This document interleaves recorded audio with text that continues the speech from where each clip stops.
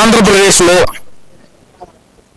ప్రజా రంజక పాలన కాదు నడుస్తుందంతా ప్రజాస్వామ్యం కూడా కాదు, రెడ్ బుక్ రాజ్యాంగం నడుస్తుంది అంటూ జగన్మోహన్ రెడ్డి దగ్గర నుంచి కింద స్థాయి నాయకుల వరకు ప్రతి ఒక్కరు చేస్తున్న వ్యాఖ్య నిజమే అనుకోవచ్చు అంటారా? ఆంధ్రప్రదేశ్ లో రెడ్ బుక్ రాజ్యాంగమే నడుస్తుంది అనుకోవాలంటారా?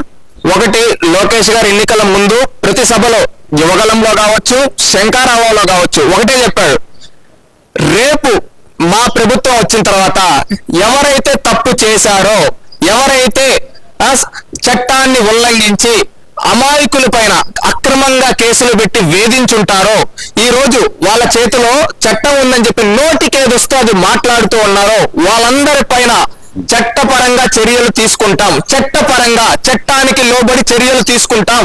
ఎందుకంటే తప్పు చేసిన వాడిని శిక్షించాలి. వాడిని శిక్షించకుండా వదిలేస్తే రేపు సమాజంలో సంఘ విద్రోహ శక్తులు పెరిగిపోతారు అని చెప్పి లోకేష్ గారు క్లారిటీగా ప్రతి మీటింగ్ లో, యువగలం ప్రతి మీటింగ్ లో చెప్పారు. ప్రతి బహిరంగ సభలో, శంకారావం ప్రతి బహిరంగ సభలో, ఎన్నికల ప్రచారంలో ప్రతి సభలో చెప్పారు, మేము ఈ విధంగా చట్టాన్ని ఉల్లంఘించిన వాళ్ళపైన చట్టం పరంగా చర్యలు తీసుకుంటామని. ఈ రోజు అదే విధంగా ఎవరైతే చట్టాన్ని ఉల్లంఘించారో వాళ్ళపైన చర్యలు తీసుకుంటున్నారు.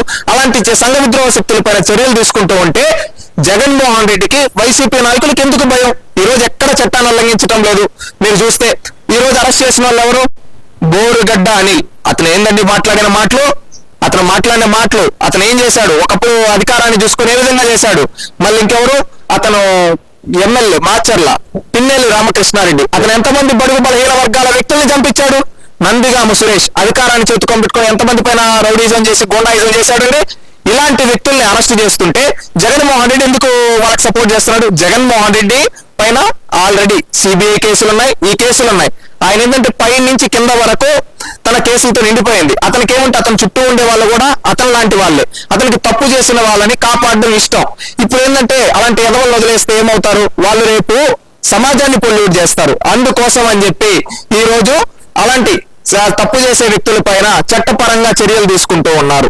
ఎందుకంటే ఇలాంటి వాళ్ళు చట్టపరంగా చర్యలు తీసుకుంటే రేపు ఇంకొకటి తప్పు చేయాలంటే భయపడతాడు. అప్పుడు ఏంటంటే ఎవరు తప్పులు చేయకుండా అంటే సమాజం బాగుంటుంది. అందుకోసమని ఈ రోజు చేస్తూ ఉన్నారు. ఇక్కడ ఎక్కడ రౌడీజం లేదు, గూండాయిజం లేదు. ఈ రోజు వైసీపీ వాళ్ళు కూడా మాకు సమస్య ఉందన్నా అని వస్తే లోకేష్ గారు సహాయం చేస్తున్నారు. ఈ రోజు ప్రజా దర్బార్లో అనేక మంది వైసీపీ నాయకులు కూడా వచ్చి లోకేష్ గారిని కలుస్తూ ఉన్నారు. మేము అప్పుడు జగన్మోహన్ రెడ్డి మాటల్లో ఈ విధంగా నష్టపోయా ఉన్నా, మమ్మల్ని క్షమించు అని చెప్పి. ఈవెన్ శ్రీరెడ్డిని చూసాం కదండి, నేను ఒకప్పుడు ఏదో వేలం చూసుకొని ఎగిరాను, నన్ను క్షమించన్నా అని చెప్పి సాక్షాత్తు శ్రీరెడ్డి చెప్పింది. అంటే ఇక్కడ చూడండి, ఒకప్పుడు జగన్మోహన్ రెడ్డి తన అధికార బలాన్ని ఉపయోగించి ఎవరితో పడితే వాళ్ళతో ఎట్లా పడితే అట్లా మాట్లాడి ఈ రోజు వాళ్ళే తెలుసుకుని మేము తప్పు చేశామని చెప్పి చెప్తాను. అంటే జగన్మోహన్ రెడ్డి తప్పులు చేపిస్తూ ఉన్నాడు. అలాంటి తప్పులు చేపించే వాళ్ళు, తప్పులు చేసిన వాళ్ళని జైల్లో పెట్టారు. తప్పు చేయని వాళ్ళని ఎవరిని పెట్టలేదు. నిర్మాణాత్మకమైన విమర్శలు చేసిన ఎవరిని పెట్టలేదు. అంటే ఇక్కడ ప్రశ్నించే ప్రతి గొంతుకుని అనగదొక్కుతున్నారు అనేది బలమైన వాదన వినిపిస్తున్నారు. మరి వాళ్ళు దాన్ని ఎలా చూడాలంటారు? ప్రశ్నించే గొంతుకులంటే ఇంట్లో ఆడబిడ్డల్ని, అమ్మల్ని నోటికేదొస్తే బూతులు మాట్లాడే వాళ్ళ ప్రశ్నించడం జగన్మోహన్ రెడ్డి. బోరుగడ్డ అనిల్ అనే వ్యక్తి ఏ విధంగా మాట్లాడాడో, పవన్ కళ్యాణ్ గారి ఇంట్లో ఆడబిడ్డల గురించి, వాళ్ళ భార్య గురించి ఏ విధంగా మాట్లాడాడో విన్నావా జగన్మోహన్ రెడ్డి? అదే మాటలు నీ కుటుంబ సభ్యులు అనుంటే నువ్వు ఊరుకో ఉంటావా జగన్మోహన్ రెడ్డి? వర్రా రవీంద్రారెడ్డి అనే వ్యక్తి ఏ విధంగా రాతలు రాశాడండి? ఈనాటి హోంమంత్రి, ఆనాటి మహిళా అధ్యక్షురాలు గారి పైన, అనిత గారి పైన ఎన్ని రాతలు రాశాడండి? చంద్రబాబు నాయుడు గారి గురించి, వీటి గురించి ఎన్ని తప్పుడు రాతలు రాశాడు? వాళ్ళే నిర్మాణాత్మకమైన విమర్శలు చేయాల. పుట్టుకల గురించి నోటికేదొస్తే అవి కాకి రాతలు ఎట్టబడితే అట్లా రాశారు. ఇలాంటి వ్యక్తులను వదిలేయాలా? ఇంట్లో ఇప్పుడు ఈరోజు వదిలేస్తామండి, ఇతను వదిలేస్తాం, రేపు ఇంకొకరిని వదిలేస్తాం. రేపు ఇలాంటి వాళ్ళు సైకోలు ఊరికొక సైకో తయారవుతాడు. ఊరికొక సైకో తయారయ్యి రేపు మీ ఇంట్లో ఆడబిడ్డల జోలికి వస్తే ఎవరు కాపాడుతారు? అందుకని ఎవరైనా చంద్రబాబు నాయుడు గారు చెప్పడం జరిగింది క్లారిటీగా. చంద్రబాబు నాయుడు గారు, లోకేష్ గారు, పవన్ కళ్యాణ్ గారు క్లారిటీగా చెప్పారు, ఎవరైనా ఆడబిడ్డల జోలికి వస్తే, ఆడబిడ్డల గురించి తప్పుగా మాట్లాడితే వాళ్ళ పైన మా పార్టీ వాళ్ళైనా కూడా మేము చర్యలు తీసుకుంటామని చెప్పారు. అది కమిట్మెంట్. ఒకప్పుడు నువ్వేం చేపించావు, ఎంతమందితో మాట్లాడించావు, ఎట్లా పడితే వావి వరుసలు లేకుండా మాట్లాడి చెట్టబెట్టడం. ఈ రోజు ఆ విధంగా జరగదు. ఎవరైనా తెలుగుదేశం పార్టీ అయినా, జనసేన అయినా, బీజేపీ అయినా, వైఎస్ఆర్ ఎవరైనా కానీ ఆడవాళ్ళ గురించి తప్పుగా మాట్లాడితే, ఆడవాళ్ళ ఫోటోలు మార్ఫింగ్ చేస్తే, పుట్టుకల గురించి ఎట్లా పడితే కాకినాడలు అయితే వాళ్ళపైన చట్టపరంగా చర్యలు ఉంటాయి. ఎందుకంటే సమాజాన్ని, ఒక మంచి సమాజం నిర్మించాలంటే ఇలాంటి యదములు జైల్లో ఉండి ఇలాంటి వాళ్ళు శిక్షిస్తే రేపు ఇంకొకటి తప్పు చేయాలంటే భయపడతాడు. ఆ భయపడే విధంగా ఈరోజు చేస్తూ ఉన్నారు. కానీ ఇక్కడ అంబటి రాంబాబు పదే పదే చెప్తున్నారు కదా, ఏమని చెప్తున్నారు అంటే, మేము మా గురించి పెట్టిన పోస్టులు, నా గురించి నా కుటుంబం గురించి పెట్టిన పోస్టుల గురించి తీసుకొని స్టేషన్కి వెళ్తే వాటి మీద కేసు కూడా ఫైల్ చేయట్లేదు. ముఖ్యంగా తెలుగుదేశం పార్టీ కార్యకర్తల్లో ఒక కేసు ఫైల్ కావట్లేదు. ఇదంతా ఏకపక్ష రాజ్యాంగమే నడుస్తుంది. ఇక్కడ పోలీసులందరూ కాకి చొక్కా తీసేసి పసుపు చొక్కా వేసుకొని పనిచేస్తున్నారంటూ ఆయన చేస్తున్న వ్యాఖ్యలను అలా చూడాలంటారు. మరి ఒకటి, గతంలో వైసీపీ హయాంలో ఈ విధంగా జరిగింది. కానీ ఈనాడు ఎవరు తప్పు చేసినా గానీ శిక్షలు పడుతూ ఉన్నాయి, కేసులు ఫిల్ చేస్తున్నారు. ఈ రోజు చంద్రబాబు నాయుడు గారే ఓపెన్ స్టేట్మెంట్ ఇచ్చారండి. చంద్రబాబు నాయుడు గారు ఒక ముఖ్యమంత్రి ఇచ్చే స్టేట్మెంట్ ఇచ్చిన తర్వాత ఇంకా దాని నుంచి ఏముంటుంది, మా పార్టీ వాళ్ళైనా తప్పు చేస్తే శిక్షిస్తామని చెప్పి ఓపెన్ స్టేట్మెంట్ ఇచ్చారు. జగన్మోహన్ రెడ్డి తన 5 ఏళ్ళు ముఖ్యమంత్రిగా ఉన్నారు కదా, ఏ రోజున ఇలాంటి స్టేట్మెంట్ ఇచ్చింది మీరు చూసారా? ఒకప్పుడు వాళ్ళు కేసులు వాళ్ళందరినీ కాపాడుకుంటూ వచ్చారు. ఈ రోజు అలాంటి దోషులంతా ఈ రోజు దొరికిపోయి దాంకుంటూ ఉన్నారు. ఈ రోజు సజ్జల భార్గవ్ అనే వ్యక్తి ఎందుకంటే బయటకు రావటం లేదు? ఒకప్పుడు వచ్చి శుద్ధపూస మాటలు మాట్లాడేవాడు కదా సజ్జల భార్గవ్. ఈ రోజు ఆ సజ్జల భార్గవ్ ఎక్కడ దాంతో ఉన్నాడు? ముందస్తు బెయిల్ పిటిషన్ ఎందుకు వేసుకుని ఉన్నాడు? బయటకు వచ్చి రావచ్చు కదా. ఎందుకు? తప్పు చేశారు. సాక్షాత్తు వర్రా రవీంద్రారెడ్డిని ఆ రోజు కడపలో ఎంక్వైరీ చేసిన తర్వాత ఒక ఐజీ క్యాడర్ అనే వ్యక్తి మాట్లాడితే ఏమన్నాడు తెలుసా? పార్టీలు ఇవన్నీ పక్కన పెట్టేస్తే ఇలాంటి పోస్టులు కడుపుకు అన్నం తినేవాడు పెట్టడు, ఆడవాళ్ళ గురించి అంత నీచంగా రాస్తున్నారు వీళ్ళని చెప్పి వైఎస్ఆర్సీపీ సోషల్ మీడియాను ఉద్దేశించి వర్రా రవీంద్రారెడ్డిని ఉద్దేశించి ఆ రోజు మాట్లాడారు. దానికి జగన్మోహన్ రెడ్డి ఏమంటాడు? వర్రా రవీంద్రారెడ్డిని వెనకేసుకొని వస్తాడు. అంటే ఇక్కడ చూడండి జగన్మోహన్ రెడ్డి చరిత్ర ఎలా ఉందో. అంతెందుకండి, ఇదంతా వద్దు. జగన్మోహన్ రెడ్డి గారికి 2 కూతుర్లు ఉన్నారు. జగన్మోహన్ రెడ్డి గారు భార్య భారతి గారు ఉన్నారు. ఏ రోజైనా కానీ జగన్మోహన్ రెడ్డి 2 కూతుర్ల గురించి తెలుగుదేశం పార్టీ నాయకులు ఏ రోజైనా మాట్లాడారా? ఇప్పటి వరకు ఎవరైనా మాట్లాడారా? మాట్లాడలేదు. ఎందుకు? వీళ్ళకి సంస్కారం ఉంది. అదే నిండు సభలో శాసనసభలో ఆ రోజు భువనేశ్వరి గారి గురించి మాట్లాడితే జగన్మోహన్ రెడ్డి ఎకిల్ నవ్వులు నవ్వలేదా?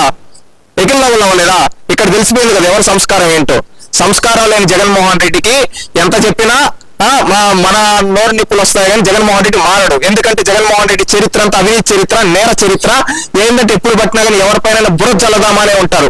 తెలుగుదేశం పార్టీ ఎప్పటికీ లైన్ క్రాస్ చేసి వెళ్దండి. నేను ఈ రోజుకి చెప్తూ ఉన్నాను కదా. మీరు చూస్తే గతంలో భువనేశ్వరి గారి గురించి కానీ, బ్రాహ్మణి గారి గురించి కానీ, ఈవెన్ దేవాంశ గురించి కానీ, లోకేష్ గారి బాడీ షేమింగ్ కానీ ఎన్నో చేశారు వైసీపీ వాళ్ళు. ఓపెన్ గా వైసీపీలో పెద్ద పొజిషన్ లో ఉండే వాళ్ళే చేశారు. ఈవెన్ రోజా ఇలాంటి వాళ్ళే ఎట్లా పడితే అట్లా మాట్లాడారు భువనేశ్వరి గారి గురించి. కానీ తెలుగుదేశం పార్టీ నాయకులు ఏ రోజైనా కానీ జగన్మోహన్ రెడ్డి 2 కూతుర్ల గురించి మాట్లాడారా? ఏ రోజైనా ఈ రోజు వరకు మాట్లాడలేదు. ఎందుకంటే వాళ్ళకి సంస్కారం ఉంది. వాళ్ళు ఇక్కడ పట్టాభి గారు బోడికి ఆయన తిట్టారు, అది పెద్ద పదం కదా అని అంటున్నారు కదా. మరి ఆయన ఏమన్నా చేశారో? ఈ రోజు చైర్మన్ పదవి ఇచ్చి కూర్చోబెట్టారు అలాంటి వ్యక్తికి అని అంటున్నారు కదా. ఓకే, చాలా సినిమాల్లో బోస్ డీకే బోస్ అని అంటా ఉంటారు. డీకే బోస్ అంటారు. ఆ రోజు అనింది కూడా పట్టాభి గారు ఏదో అన్న దాంట్లో కూడా జగన్మోహన్ రెడ్డి పేరును ప్రతిపాదించలే. జగన్మోహన్ రెడ్డి గారి పేరును ప్రతిపాదించారా? మీరు చూడండి, తనకు తానే అర్థం ఎత్తుక్కొని తన తల్లిని తానే అది ఒక పబ్లిక్ మీటింగ్ లో తానే తన తల్లిని తిట్టుకున్నాడు. ఎవరు? జగన్మోహన్ రెడ్డి. అంటే మీరు చూడండి, తన తల్లిని తానే తక్కువ చేసుకున్నాడు. అంతెందుకండి, ఈ రోజు షర్మిల గారి గురించి సునీత గారి గురించి తప్పుడు రాతలు రాయిపోలేదా జగన్మోహన్ రెడ్డి? ఈ రోజు మేము ఎవరో చెప్పడం కాదు, సాక్షాత్తు షర్మిల గారు, సునీత గారు మా అన్నే మమ్మల్ని ఈ విధంగా వేధించాడయ్యా అని చెప్పి వాళ్ళే చెప్తున్నారు కదా. మీరు ఆలోచించారా? వాళ్ళే చెప్తున్నారు. ఏమని? మా అన్నే మమ్మల్ని విధంగా వేధించాడు, నిజంగా మాకు ఎంత బాధగా ఉందంటే మా అమ్మ ఎంత బాధపడిందో తెలుసా అని చెప్పి షర్మిల గారు చెప్తూ ఉంటే కళ్ళల్లో నీళ్ళు వస్తున్నాయి. ఇంత సైకో ఏంట్రా? ప్రతిపక్షాల ఇంట్లో ఆడవాళ్ళ గురించి ఎట్టబడితే మాట్లాడతాడు. ఇప్పుడు ఏంటంటే సాక్షాత్తు తన సొంత ఇంట్లో కుటుంబాలను కూడా ఈ విధంగా మాట్లాడుకుంటే ఇతనికి ఏం విలువలు ఉన్నాయి, ఇతను ఆ విలువలు విశ్వసనీయత గురించి మాట్లాడేది అని ఈ రోజు రాష్ట్ర ప్రజలు ఉమ్ముతున్నారండి జగన్మోహన్ రెడ్డి మొహం పైన. విలువలు విశ్వసనీయతకు పెట్టిన మారు పేరు నేను. అలాంటి వ్యక్తిని నా మీద నిందలేస్తుంది కూటమి ప్రభుత్వం అని అంటున్నారు కదా. ఏం విలువలండి? సొంత బాబాయిని చంపేసిన పక్కన పెట్టుకోవడం ఆ విలువలు? సొంత చిన్న పిల్లోడా? ఎవరన్నా మాట అంటే నవ్వుతారండి. ఒకటి విశ్వసనీయత అంటున్నాడు కదా, విలువలు విశ్వసనీయత అని. సొంత బాబాయిని చంపిన వ్యక్తిని పక్కన పెట్టుకోన్నాడు. సొంత చెల్లిని రాజకీయ స్వార్థం కోసం ఆ రోజు పాదయాత్ర చేసి ఈ రోజు ఆస్తి వాళ్ళు వస్తుందని పక్కన పెట్టేసి తానే చంద్రబాబు నాయుడు వారసులు వాళ్ళని చెప్పి ఎంత తప్పుడు మాట అన్నాడు. చంద్రబాబు నాయుడు వారసులు అంటే ఏమని అర్థం? దాని అర్థం అంటే ఎంత దిగజారి మాట్లాడుతున్నాడు చూడండి జగన్మోహన్ రెడ్డి. అంటే ఇచ్చిన హామీలు నెరవేర్చడు, పార్టీ కాడ నాలుకోడు, సొంత కుటుంబ సభ్యుల్ని బయటకు నెట్టేస్తాడు. ఇతన విలువలు విశ్వసనీయత గురించి మాట్లాడేది ఎవరన్నా ఆ మాట చెప్తే నవ్వుతారు. నేను చెప్పాను కదా, నిండు సభలో భువనమ్మను అవమానిస్తే ఎకిల్లో నవ్వాడు. అది ఆయన సంస్కారం. అంటే ప్రజల కోసం ప్రజల మధ్య నుంచి ప్రజా పోరాటం మొదలు పెట్టబోతున్నాను నేను అంటున్నాడు కదా, నిజంగానే మొదలు పెడతారంటారా, లేదంటే గతంలో లాగా ఏదైతే ముఖ్యమంత్రి హోదాలో ఉన్నప్పుడు చుట్లు కొట్టి పరదాలు కట్టుకొని వచ్చినట్టు వస్తారనుకోవచ్చు అంటారా? ఈయన ఒకప్పుడు కూడా పాదయాత్రని ముద్దులు పెట్టి అన్ని చేశాడు ఈ పదవి కాంక్ష కోసం. వచ్చిన తర్వాత ఏం చేశాడు? బయటకు వచ్చాడా? లేదు. ఇప్పుడు కూడా అంతే. అంటే ఇప్పుడు కూడా పదవి కోసమే అంటారు. పదవి కాంక్ష. ఆ పదవి లేకపోతే జగన్మోహన్ రెడ్డి ఉండలేడు. జగన్మోహన్ రెడ్డి మానసిక స్థితి సరిగ్గా లేదు. ఎందుకంటే మీరు చూస్తే అతను ఓడిపోయిన నాటి నుంచి ఈ రోజు వరకు బయటకు రాలేదు. ఎక్కడైనా ఏదైనా మాట్లాడినా పిచ్చి పిచ్చిగా మాట్లాడుతున్నాడు. నిన్న కూడా చూసాం, కేంద్రంకి సెంట్రల్ గవర్నమెంట్ కి జరిగిన ఒప్పందం. కేంద్రం సెంట్రల్ గవర్నమెంట్ ఒకటే కదయ్యా జగన్మోహన్ రెడ్డి. నువ్వు ఒక ముఖ్యమంత్రిగా చేసిన వ్యక్తివి, ఏ విధంగా ఉండాలి? కేంద్రం సెంట్రల్ గవర్నమెంట్ ఆ డిఫరెన్షియేషన్ రెండు ఒకటే కదా. అవి రెండింటికి మధ్య జరిగేది ఏంటి? ఆ విధంగా మాట. మళ్ళీ ఇంకొకటి అంటాడు, నాకు సన్మానం చేయాలి నాకని. ఎవరన్నా అది సినిమాలు నాకు సన్మానం చేయండి నాకు సన్మానం చేయండి అడుక్కుంటారు కదా, ఆ విధంగా అడుక్కుంటున్నట్టుంది. నేను ఇంకొకటి కూడా చెప్పదలుచుకున్నాను జగన్మోహన్ రెడ్డి గారికి. నువ్వు సన్మానం అడుగుతున్నారు కదా, ఆంధ్రప్రదేశ్ రాష్ట్ర ప్రజలు ఆల్రెడీ చాలా పెద్ద సన్మానం చేశారు. గత మేలో జరిగిన ఎన్నికల్లో చాలా పెద్ద సన్మానం చేసి చాలా పెద్ద బహుమానం కూడా ఇచ్చారు మీకు. అర్థమైందా? ఇంకా మీకు ఎవరన్నా సన్మానం చేయాలంటే మిగిలిపోయేది ఒక సాక్షి మాత్రమే. దయచేసి భారతి గారితో చెప్పండి, నాకు సన్మానం చేయండి. అందరూ నాకు సన్మానం చేశారు, ఇంకా మన సాక్షిని. ఎందుకంటే నన్ను సూర్యుడు ధీరుడు అని కీర్తించేది మన సాక్షి ఒకటే. ఇంకా ఆ సాక్షిలో నాకు ఏదో అవార్డు ఇచ్చేయండి. ఎందుకంటే అదేదో సినిమాలో బ్రహ్మానందం గారు పద్మం భాస్కర్ అవార్డ్స్ అని చెప్పి, మళ్ళీ అదేదో సినిమాలో శాలువులతో కప్పమంటే రగ్గులతో కప్పుతూ ఆ విధంగా చేస్తూ ఉండేది. ఆ విధంగా నీకు శాలువులతోనో లేకపోతే రగ్గులతోనో లేకపోతే ఇంకేదన్నా దుప్పట్లో తెచ్చి వేసి సన్మానం చేసుకోవాలి జగన్మోహన్ రెడ్డి. ఎందుకంటే జగన్మోహన్ రెడ్డి మాటల్లో ఎన్నో వింతలు చూసాం అనేక సందర్భాలలో. ఇప్పుడు ఇది చూస్తూ ఉంటే ఇంకా భవిష్యత్తులో ఇంకొక 2-3 నెలల తర్వాత తనకు తానే కిరీటం పెట్టుకొని నేను రాజును అంటాడేమో అనిపిస్తా ఉంది. అంటే మానసిక పరిస్థితి సరిగ్గా లేదు కాబట్టి. ఇంకా నీకు అవార్డులు కావాలంటే సాక్షి మన భారతీయ గారిని అడిగితే ఏదో బద్నాం భాస్కర్ అవార్డ్స్ కాకపోయినా సాక్షి జగన్ అవార్డ్స్ లాగా నీకు ఏదో ఒక అవార్డు ఇస్తారు. దాంతో నువ్వు స్వయం తృప్తన్నా చెందుతావని మేము ఆశిస్తూ ఉన్నాం. ఎందుకంటే మేము ఒకటే కోరుకుంటామండి, జగన్మోహన్ రెడ్డి పాలించాడు, రాష్ట్రాన్ని సర్వనాశనం చేశాడు, ప్రజలు ఓట్లతో బుద్ధి చెప్పారు. ఇకనైనా అతను పద్ధతి మార్చుకొని గౌరవంగా ఒక హుందాతనంగా ఉంటే ఒక మాజీ ముఖ్యమంత్రికి గౌరవం ఉంటుంది. లేదు తప్పుడు ప్రచారాలు చేస్తా, విష ప్రచారాలు చేస్తా, కులాల మధ్య చిచ్చులు పెడతా, మతాల మధ్య చిచ్చులు పెడతా, ప్రాంతాల మధ్య చిచ్చులు పెడతా, అసెంబ్లీకి రాను, నాకు నచ్చింది నేను మాట్లాడతాను, నా దగ్గర అంగబలం అర్ధబలం అన్నీ ఉన్నాయి, నేను అక్రమ సంపాదించబడి దాంతో విష ప్రచారాలు చేస్తాను, ఫేక్లు చేస్తానంటే భవిష్యత్తులో ప్రజల్ని గుండు సున్నా ఇస్తారు. గుర్తుపెట్టుకో, మారిపో జగన్మోహన్ రెడ్డి.